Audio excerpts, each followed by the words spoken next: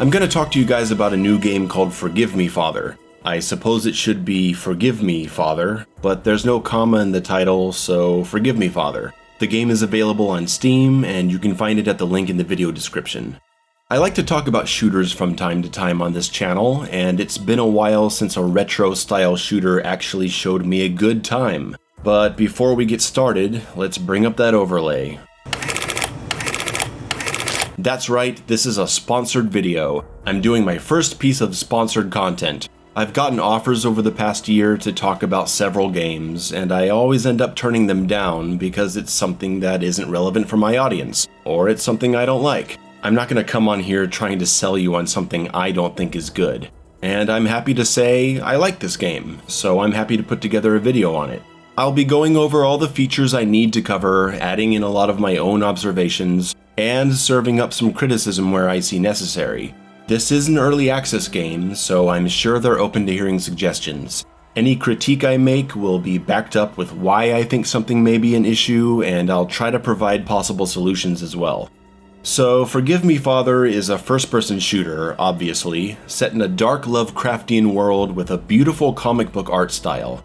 The look of the game may be my favorite thing about it. The colors are rich and vibrant. Many locations have unique visual themes to them. Sometimes I just like to walk around a bit and take in the atmosphere. There's a lot of nice environmental effects as the weather conditions change. Levels contain secret areas that give you more resources, and there's some Easter eggs too. I spotted Edgar Allan Poe in one of these portraits, and I thought maybe the other guys could be famous writers too. Then I spotted Stephen King, and he's even got a little crown, cause he's the king. I don't recognize the other guys, do you? Make sure to leave a comment, and like and subscribe. Maps are built around colored doors and key hunting, with backtracking, but there's no map. Thankfully the levels aren't complex enough to warrant one, but if they do eventually start making maze-like levels, a map might be needed. Movement speed is brisk, and there's full air control when jumping. There's occasional platforming sections, but your jump won't be used all that much in my experience. I think this game would greatly benefit from easy dusk-style bunny hopping. I would love to just bounce around this place, and that kind of movement would allow for even higher difficulty settings for high-skill challenge. Forgive Me, Father is a full 3D world using 2D sprites for enemies and weapons. It's got a strong 90s feel to it, but with modern innovations to keep it fresh. We'll get more into that later. The animations are done in a time-lapse style, and I think that gives the combat a nice sense of impact. Blood and gore effects are impressive and sufficiently disgusting. Keeping with the 90s theme, Forgive Me, Father has classic FPS mechanics like ammo pickups and health packs. And there's no reloading, so start spouting off your favorite Duke Nukem lines and hold down that trigger.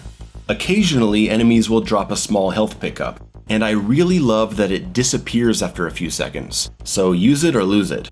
It really keeps the pace of combat feeling fast when you have to make quick decisions, like if you're gonna go in to pick up health or stay back and be cautious.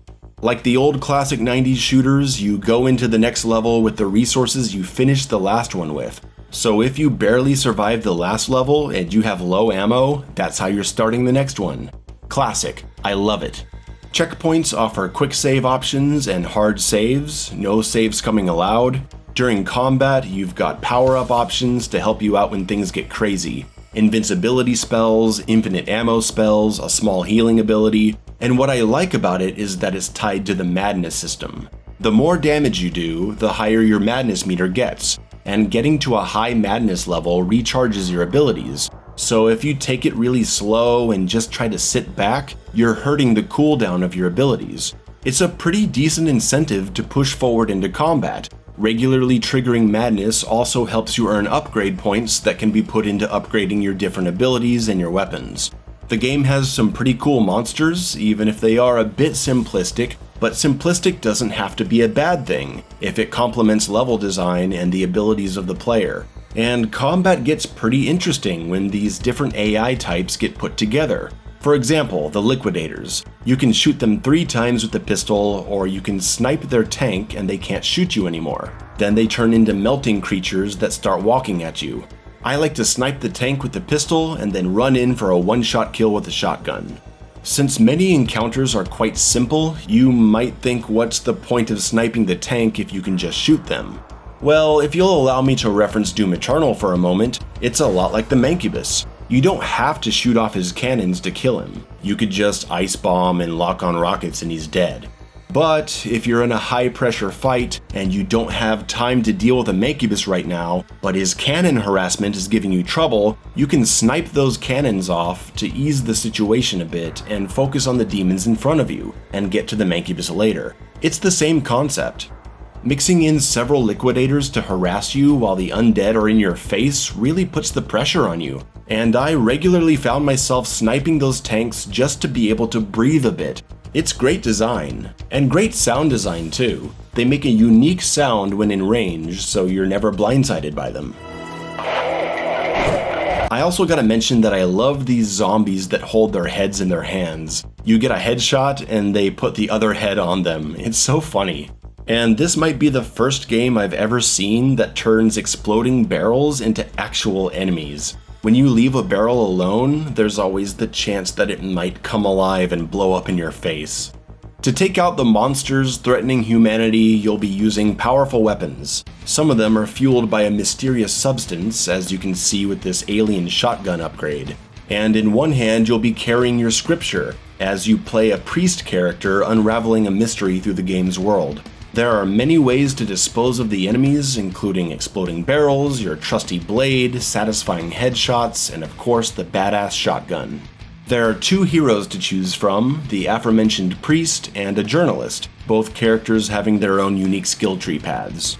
This game is pretty fun, especially as it gets into the later levels of the current build. I hope there will be more levels later, because I definitely had more to unlock in the skill tree when it was over. I honestly recommend checking it out, sponsorship or no. I'm happy to be promoting this game and encouraging it to get better as it goes through early access. So there, that's the pitch. Check out the game on Steam, it's only $15, it's a good time, and it has the potential to become great. I also want to recommend playing it on the highest possible difficulty if you know anything about shooters. Now, I want to give the developers some feedback regarding certain design elements like interface stuff and resources, as well as a list of technical issues that any game is going to have when they go into early access. I'm not going to show a series of bugs in this video because that's not the point. I emailed them directly so they know all about it, but I will show you a couple things I found just to give you an idea of what I'm talking about. Sometimes, and I don't know why, you'll get stuck on an incline. You touch a texture or something and it throws you off axis, and you're playing the rest of the level slanted until you reach a quick save and you can reload your game. Water textures are particularly bad about this. It's an issue that only occasionally happened to me, but for a friend it was all the time, so I don't know how prevalent this is. The other issue I'll mention is that the infinite ammo ability is bugged. Anytime I trigger it, it drains my machine gun of ammo, even if that's not the gun I'm using. See here, I have over 100 bullets for this gun, I activate it, and there, where'd all my ammo go? If you do this with another gun, it sometimes ends up adding rounds to it, so I don't know what's going on here. It made me not want to use this skill because it always drained my machine gun ammo. Those are the two main bugs I've found. I feel like you should know about those going in, and I'm confident they'll be resolved soon. Aside from that, this game is pretty solid. I really didn't encounter crazy bugs. AI will occasionally flip out and not know how to follow you, but it's super rare. Not a single crash or save issue, no firing issues. The game plays really well. I played through the game twice, once on hard and once on expert. And then I invited a friend over and she played the game on expert, so I could observe the experience of someone diving into the game on that difficulty without knowing anything. She's really good, but not really great. How can I explain this to the Doom audience? She can beat Doom Eternal on Nightmare, but she can't beat it on Ultra Nightmare. And she had no problem just blazing through the first levels without dying. So here's where we're gonna get into my list of suggestions for making the game better. First is the difficulty. It's too easy, mostly in the first 4 to 5 levels. Way too much ammo, even on the expert difficulty where it says it gives you less resources. It needs to go further. You can upgrade your ammo capacity multiple times too, so this needs to be rethought. You can spend most of the first half of the current build just sitting back and headshotting with the pistol. It's effective, you have a lot of bullets. You only need to pull out other weapons when you get surrounded by hordes of enemies, which doesn't happen very often. It leads to the first 5 levels feeling kinda dull combat-wise, outside of a handful of tough situations. The difficulty of this game needs to be re-examined, because hard feels like normal, and expert is only challenging in a few areas as the game goes on. Sure, you will die very quickly if you get cornered, but the resource management just isn't tuned well enough to make you use your tools to their full potential.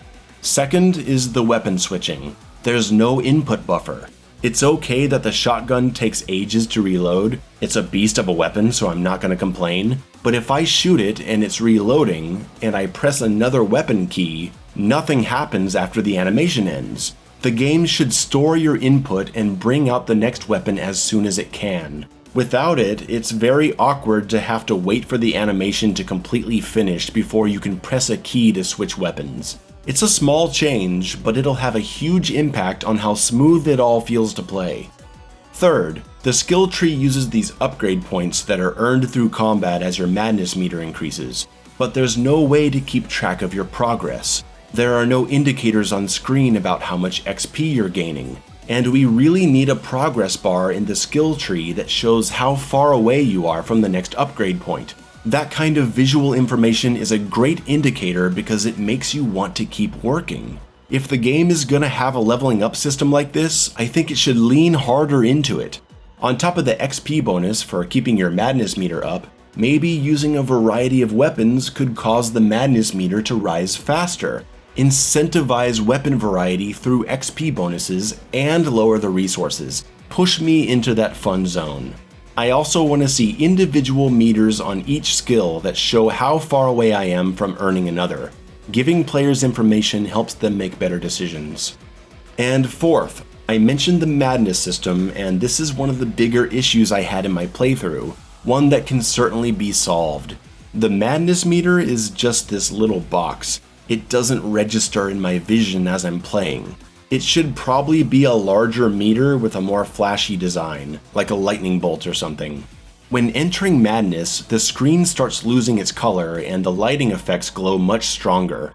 I get what they're going for here. You're entering a crazed and violent state, you take less damage and you deal more damage, so it's like you become a mindless killing machine. But this visual effect makes it very hard to see sometimes, and that's just not fun. Other games do this kind of effect when you're close to death. It's always something you want to avoid, and I don't enjoy not being able to see what I'm doing. It made me want to avoid entering the madness state altogether, and I don't think that was the developer's intention.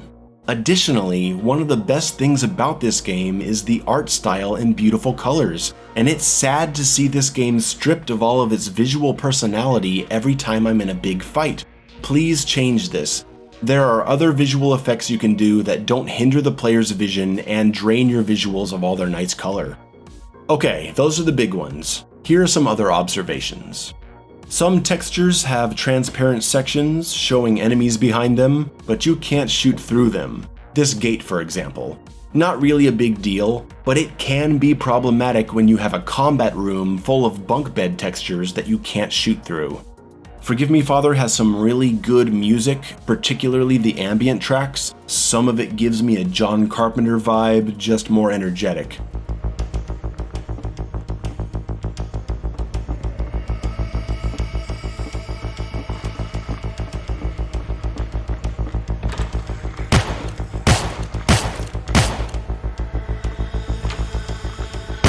And there's great environmental sound as well. But the last few levels don't have any music at all. I don't know if this was intentional. I have encountered a bug where if you load a quick save while music is playing, it will kill the music. But in 3 playthroughs, the last levels have had no music at all, and I'm assuming this is not a bug. I hope there's more music later. The levels themselves are fairly short. They don't feel like that at first, but by level 4 or 5 you'll start to notice.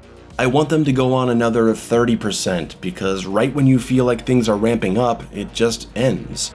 The cemetery level was one of my favorites, and there's this big spongy one-hit kill ghost that appears, and I can imagine how a few of these things appearing in big fights could really change the dynamics of combat, but I only saw 2 of them in this one short level and then never again. I mentioned that I like the enemies, and I do, but I think we're missing more enemies that change where you're looking. I'd like to see some kind of low-to-the-ground dog-like creature in the early levels that rushes you and makes you want to take out the shotgun. And I'm surprised there's no aerial harassment unit, whether it be a big Cacodemon-style monster or an annoying harpy-like creature. Liquidators are completely invincible for a second after you break their tanks, which is annoying. I just want to shoot these guys. It's awkward to have to wait to be able to damage them. The infinite ammo skill needs to have much faster startup because you're gonna be triggering this thing in a moment of chaos most of the time, at least on your first playthroughs, and the delay is just too much, especially for how short the duration time is once it's activated. And I don't understand why you can interrupt the animation of the invincibility skill and shoot through it, but not the ammo skill. You gotta wait for it to completely finish. There's a lantern mechanic that's really creepy and fun, kinda like Doom 3, but you don't find yourself in many dark areas, so I'm hoping later levels incorporate this more into some unique situations. I'm gonna get into some interface stuff now. First is the infinite ammo skill. There's no obvious cue for when it's going to expire. With the invincibility skill, the screen turns yellow, so you know when it's active and when it stops. No such thing for the ammo skill. I would recommend a visual cue like the invincibility skill, or some kind of sound like a low hum. You could even do what Dusk does and have a colored bar around the reticle that drains as the ability is used. Keep the information right there in front of the player's eyes. Quick saving needs a sound. When I run past this guy and hit save, I'm never sure if it actually saved, so I turn around and face him and save again just to be sure. Give me a sound confirmation and things would move much faster. Skill tree unlocks also need audio and visual confirmations. Make the icon flash and play a little happy beep sound or something. Again, Doom Eternal. Also, gray and white are probably not the best colors for this. Maybe white and yellow, so it's immediately clear what I've already unlocked. And that's my list of suggested changes for Forgive Me Father. It's off to a promising start. I was honestly impressed. I recommend checking it out. The more support they get, the more work they can do on it. So there you go. Thanks for watching, thanks to 1C Entertainment for sponsoring this video. See you next time.